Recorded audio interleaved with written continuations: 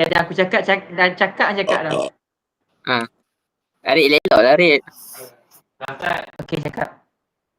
Okay, bismillahirrahmanirrahim. Assalamualaikum warahmatullahi wabarakatuh. Kami ini pada hari ini kami akan membentangkan GPIM 1022 Pendidikan Islam Tugasan 3. Okey, sebelum kami teruskan, kami ingin perkenalkan diri masing-masing dulu. Okey, saya Muhammad Adam bin Sofyan. Seterusnya, saya Ahmad Arif Imran bin Ahmad Kamal. Saya Hisham bin Hashim. okey, baik. Kami ingin membentangkan tentang konsep akhlak dan penghayatan hidup Nabi. Okey, seterusnya, start.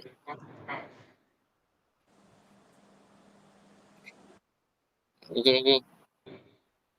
Okey, konsep akhlak.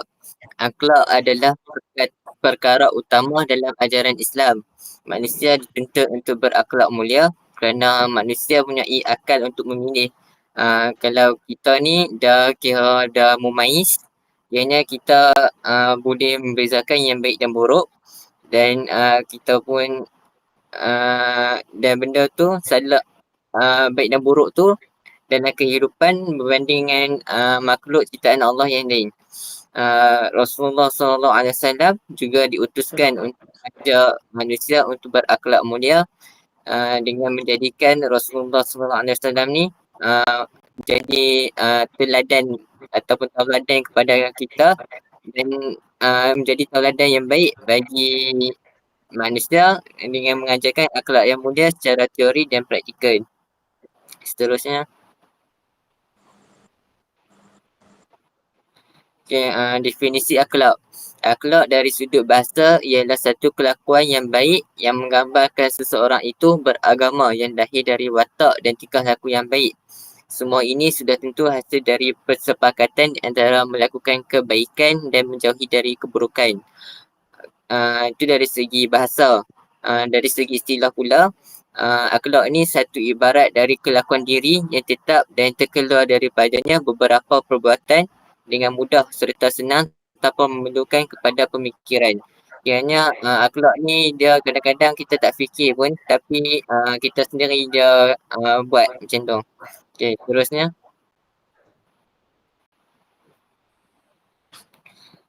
dalil tentang akhlak. Ada dua menceritakan tentang akhlak, iaitu yang pertama dalam surah Asy-Syura ayat 137. Bismillahirrahmanirrahim. In haza illa khuluqul awwalin. Bermaksudnya agama ini tidak lain hanyalah adat kebiasaan orang dahulu.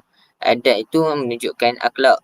Dan dalil kedua ialah wa innaka la'ala khulqin azim, dan sesungguhnya engkau benar-benar berbudi pekerti yang luhur. Dalam surah Al-Qalam ayat 4. Dua dalil ini yang menunjukkan kata nak beritahu tentang akhlak yang berasal pada perkataan Arab, iaitu kan dan sebagainya.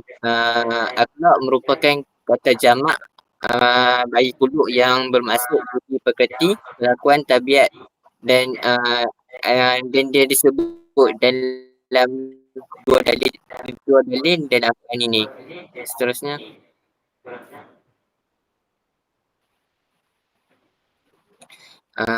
pembahagian akhlak. Pembahagian akhlak dari sudut Islam terbahagi kepada tiga, iaitu akhlak terhadap Allah Subhanahu Wa Taala, akhlak sesama makhluk, dan akhlak terhadap pertukaran.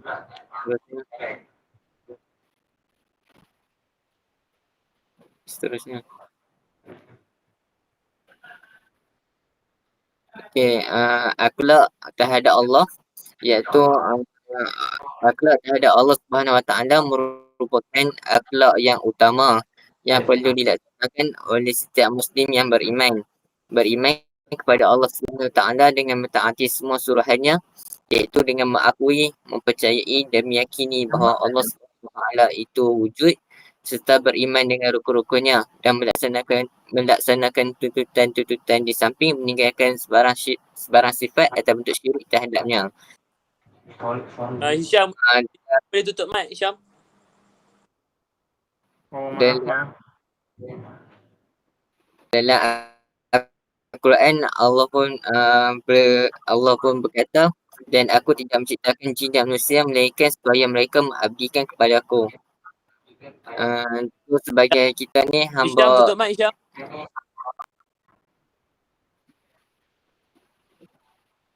Hisham, diminta untuk tutup mic Hisham.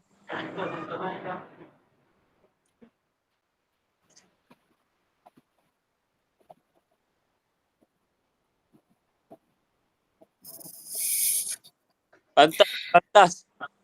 Cepatlah Syam, buat apa?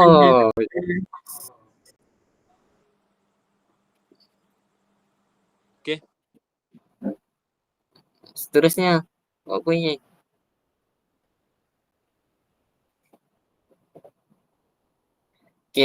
Untuk akhlak sesama makhluk pula, Allah Subhanahu Wa Taala memerintahkan manusia supaya menjaga hubungan sesama makhluk.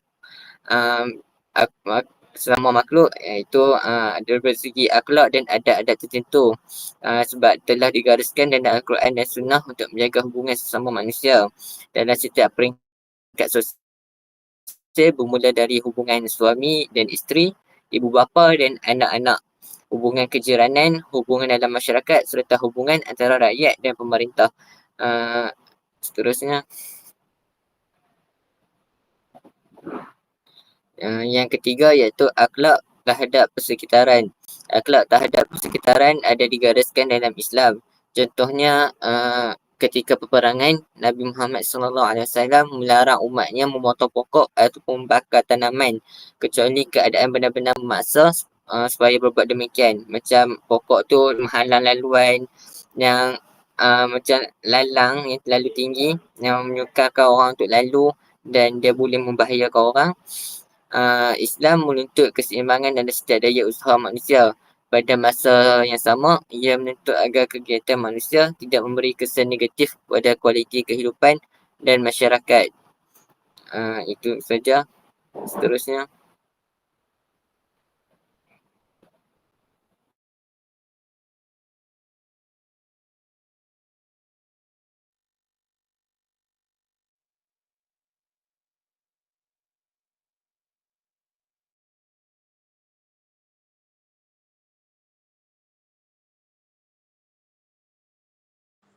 Seterusnya Saudara Hisham.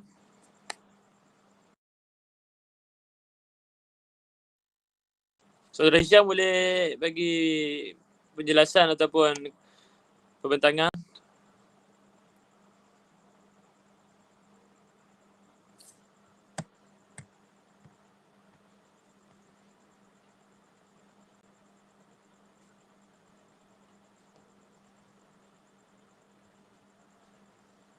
Sebentar. Oh, maafkan saya. Okey. Silakan. Salah tadi. Baik, Okay, baik. kita teruskan dengan sifat dan akhlak Nabi. Dalam surah Al-Ahzab ayat 21, Allah telah berfirman, laqad kana lakum fi Rasulillah uswatun hasanah. Maksudnya, demi sesungguhnya adalah bagi kamu pada diri Rasulullah itu contoh ikutan yang baik. Maksud dia kat sini, sesungguhnya sebaik-baik contoh dan ikon kepada serta suri teladan kepada semua umat Islam di dunia ini adalah Rasulullah sallallahu alaihi wasallam. Innama ba'isatu liutammima salihul akhlaq. Maksud dia, sesungguhnya tidak aku diutuskan melainkan untuk menyempurnakan kebaikan akhlak. Maksud dia dekat sini, Rasulullah sallallahu alaihi wasallam diutuskan untuk menyempurnakan akhlak-akhlak umat Islam di muka bumi ini. sifat-sifat Nabi SAW. Nabi seorang yang murah hati. Hal ini kerana daripada hadis yang diriwayatkan oleh Anas, kana Nabi SAW asja'an nas wa ajwadan nas.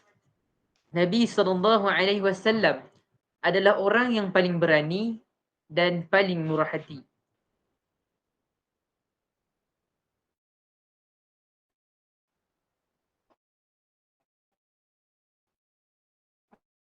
Abu Al-Hasan An-Nadwi berkata,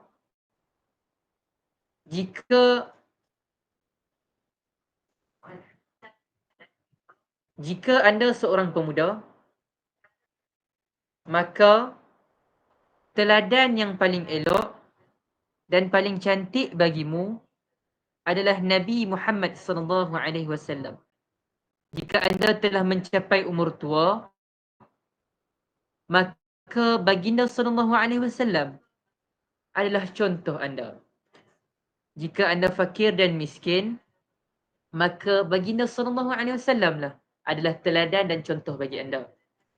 Jika anda kaya, maka baginda SAW lah imam anda. Jika anda berangkat untuk berperang, maka baginda SAW juga turut berperang. Jika kamu menginginkan perdamaian, maka baginda SAW akan memberikan kedamaian sebelum kamu memintanya. Jika kamu redha, maka baginda SAW pun redha. Hal ini jelas menunjukkan segala aktiviti kehidupan seharian kita semua perlu mengikut dan perlu mencontohi akhlak dan sifat-sifat Nabi. Seterusnya, sifat pemaaf Nabi SAW. Hal ini kerana Nabi mempunyai puncak sifat pemaaf Nabi antara lain boleh dilihat bagaimana baginda memaafkan Wahsy yang baru memeluk Islam, sedangkan ketika musyrik sebelumnya beliau membunuh bapa saudara baginda Sayyidina Hamzah radhiyallahu anhu di medan perang. Betapa baiknya Nabi, seorang musuh di medan perang yang membunuh bapa saudara Nabi sendiri, Nabi mampu untuk memaafkannya. Jadi, setiap manusia di dunia ini haruslah mempunyai sifat pemaaf seperti Nabi SAW. Sifat penyayang Nabi SAW. Begitu juga akhlak Nabi SAW yang bersifat penyayang dan lemah lembut dengan kanak-kanak, hingga baginda Rasulullah SAW tidak akan melepaskan tangan kanak-kanak ketika bertemu selagi mereka tidak berbuat demikian yang sebenarnya. Sunan yang sama dengan sahabat yang lebih berusia. Kiranya Nabi ni, dia bila bersalam dengan kanak-kanak, dia takkan lepaskan tangan kanak-kanak tu selagi mana kanak-kanak tu sendiri yang tidak berhentikan salam lepas tu lah. Sama juga dengan orang yang berusia pun. Nabi akan buat perkara yang sama. Subhanallah. Sifat-sifat dan akhlak Nabi. Rasulullah SAW, dedikasi terhadap pendidikan Rasulullah SAW memberikan penekanan yang tinggi terhadap pengajaran dan pendidikan. Baginda sentiasa berusaha untuk menyebarkan ilmu pengetahuan dan mendidik umatnya dengan nilai-nilai Islam yang sebenar. Contohnya Nabi berdakwah secara sembunyi dan secara terang-terangan. Daripada Abu Hurairah radhiyallahu anhu berkata bahawa Nabi SAW bersabda yang bermaksud, barang siapa yang menempuh satu jalan untuk menuntut ilmu, maka Allah Subhanahu Wa Taala akan memudahkan baginya jalan untuk ke syurga. keberanian dan ketabahan Rasulullah SAW dalam menghadapi pelbagai cabaran merupakan satu aspek yang sangat penting dalam membentuk generasi madani. Baginda tidak pernah berundur walaupun menghadapi pelbagai rintangan dan dugaan. Sebagai contoh keberanian dan ketabahan Rasulullah SAW apabila Rasulullah pergi ke Taif untuk berdakwah, Rasulullah tidak dilayan dengan penuh kasih sayang, tetapi baginda menempuh penolakan yang keras. Sebagai contoh, baginda telah dilempar batu oleh kanak-kanak dan penduduk Taif. Tetapi hal itu tidak mematahkan semangat baginda. Baginda terus bersabar dan tidak menyerah serta menyebarkan lagi dakwah baginda. Kepimpinan yang adil dan bijaksana Rasulullah SAW dikenali sebagai pemimpin yang adil dan bijaksana. Dalam setiap keputusan yang diambil baginda, selalu mengutamakan prinsip keadilan dan kebijaksanaan. Allah Subhanahu wa taala berfirman dalam surah An-Nisa, sesungguhnya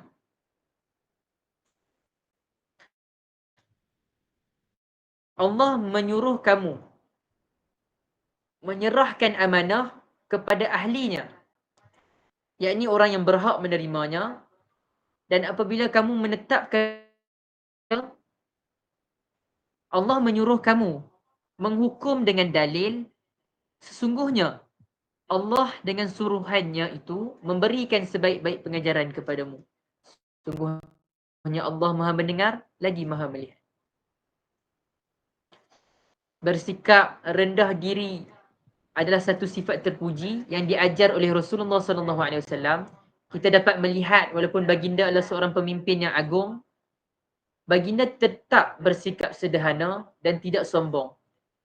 Kepribadian ini memberikan teladan penting kepada seluruh umat Islam agar mereka tidak bersikap angkuh. Tetapi sebaliknya, hendaklah sentiasa bersikap tawaduk. Dalam surah Al-Furqan, Allah berfirman, dan hamba-hamba Tuhan yang Maha Pemurah itu ialah mereka yang berjalan di bumi dengan rendah hati, dan apabila orang yang kurang beradab menyapa mereka dengan kata-kata yang menghina, mereka mengucapkan salam.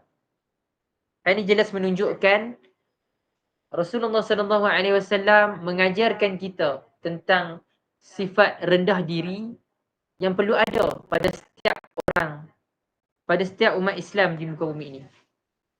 Gaya kehidupan peribadi, kesederhanaan, gaya kehidupan Rasulullah SAW boleh dilihat antaranya daripada pemilihan pakaian, keadaan rumah dan susunan atur rambut, sebagaimana diriwayatkan oleh Sayyidina Umar Al-Khattab. Sayyidina Umar Al-Khattab radhiyallahu anhu berkata, aku masuk bertemu dengan Nabi SAW sedang baginda tidur mengiring di atas sehelai tikar yang kasar, lantas aku duduk. Nabi SAW hanya memakai sehelai izar, yakni kain, dan selain daripada itu tiada apa-apa yang menutup aurat baginda SAW. Kekesatan tikar tempat Nabi SAW tidur berbekas pada sisinya, lantas mataku melilau memerhatikan pemilikan Nabi SAW. Hanya ada beberapa cupak gandum, beberapa helai kharas, yakni daun untuk menyamak kulit binatang, dan sehelai kulit yang telah disamak tergantung di dindingnya. Maka bercucuranlah air mataku keluar. Nabi SAW bersabda, apakah yang membuat kamu menangis, wahai Ibnu Khattab? Aku berkata, yakni Ibnu Khattab berkata, bagaimana aku tidak menangis? Tikar ini berbekas pada badanmu, dan ini sahaja hartamu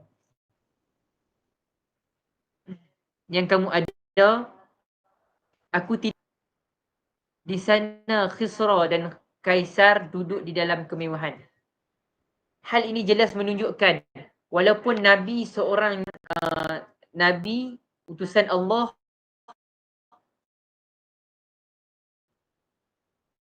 dan seorang yang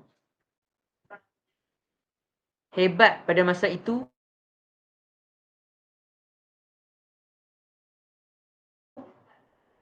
tapi Nabi kita boleh lihat tempat tidur Nabi hanya tempat tidur yang biasa, bukan tempat tidur yang mewah, yang dipenuhi dengan pantai dan tilam yang empuk. Ini jelas menunjukkan sifat rendah diri yang tinggi dalam diri Nabi.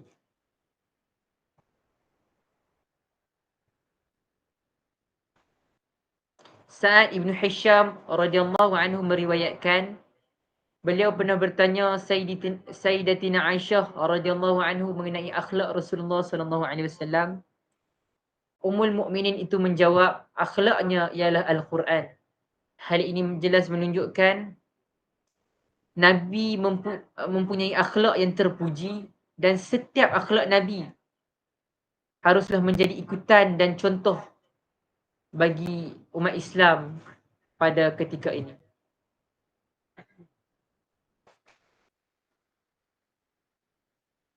Okay.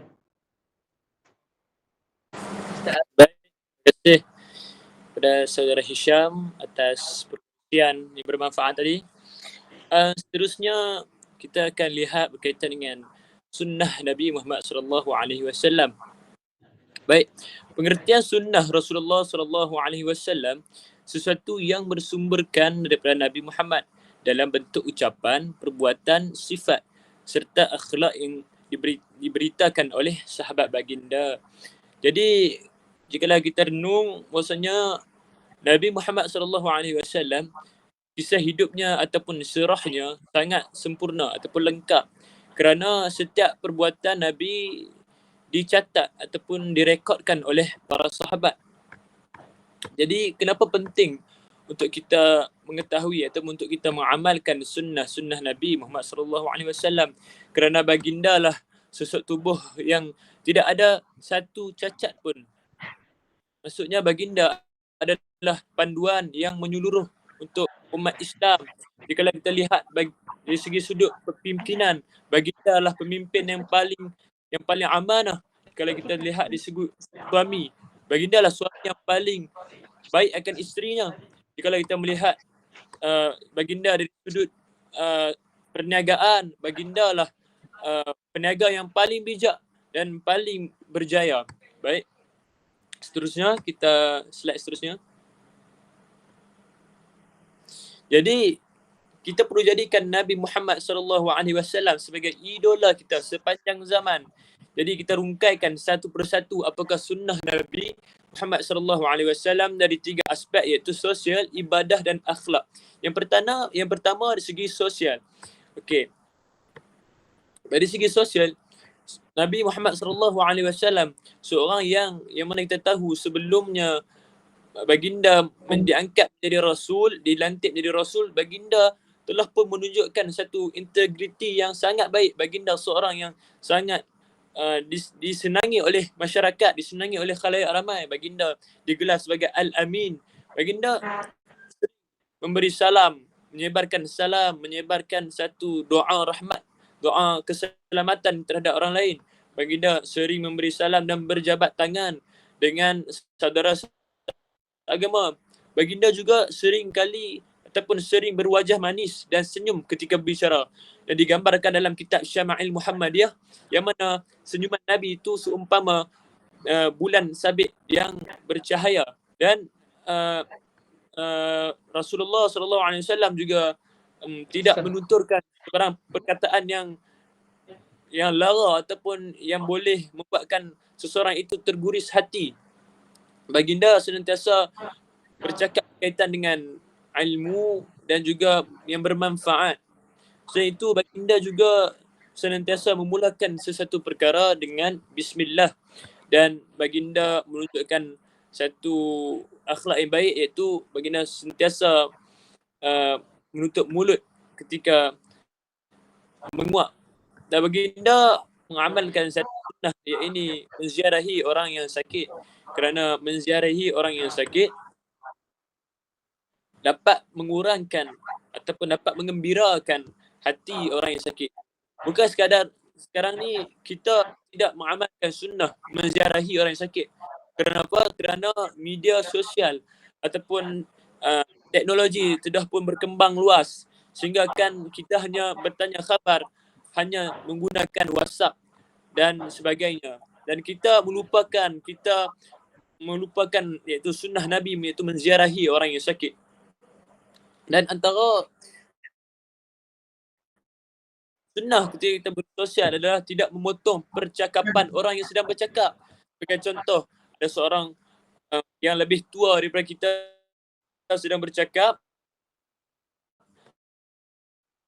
kita menyampuk tentang perbualan mereka. Itu adalah satu perkara kita hendaklah mengikut sunnah, iaitu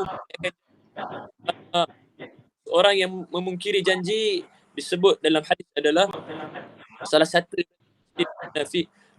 munafiqun thalathah idza hadasa kadzaba wa idza wa'ada akhlafa wa idza tumina khana. Dan juga di khalayak ramai ketika bersosial, baginda tidak bersendawa, itu dalam bahasa kita adalah belahak, ataupun baginda tidak kentut di khalayak ramai. Baik. Kalau kita lihat pula dari aspek beribadah, banyak sunnah-sunnah Nabi Muhammad SAW dalam beribadah. Sebagai contoh, sunnah Nabi beribadah adalah membaca Al-Quran.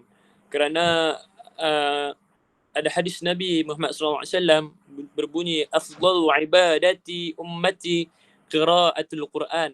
Sebaik-baik ibadah umatku adalah membaca Al-Quran. Riwayat Al-Baihaqi nombor 1865. Dan kita tahu bahawasanya Al-Quran adalah mukjizat yang agung, yang mana mukjizat ini adalah mukjizat besar Nabi Muhammad SAW, kerana mukjizat ini sepanjang zaman wujudnya. Kita yang telah lama pun kita yang jarak masanya dengan Nabi Muhammad SAW sangatlah lama baginda telah meninggalkan kita. Namun mukjizat Al-Quran sentiasa dipelihara kerana Allah berfirman, inna nahnu nazzalna dzikra wa inna lahu lahafizun. Kamilah yang menurunkan Al-Quran dan kami akan menjaga Al-Quran sehingga hari kiamat. Selain itu, baginda juga selalu mengamalkan solat-solat sunat.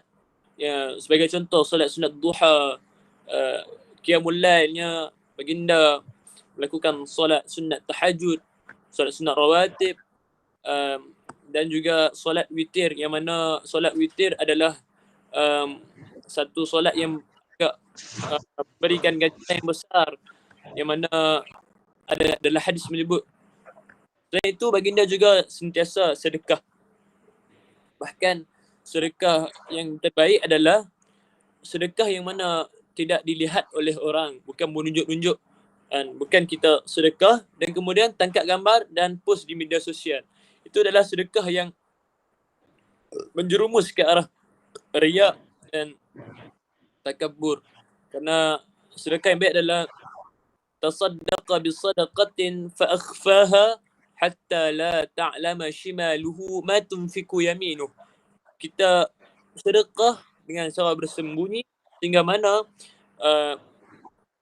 tangan kiri yang sedekah, tangan kanan tidak mengetahui. Baik, jikalau kita lihat pula dalam segi sekejap ya.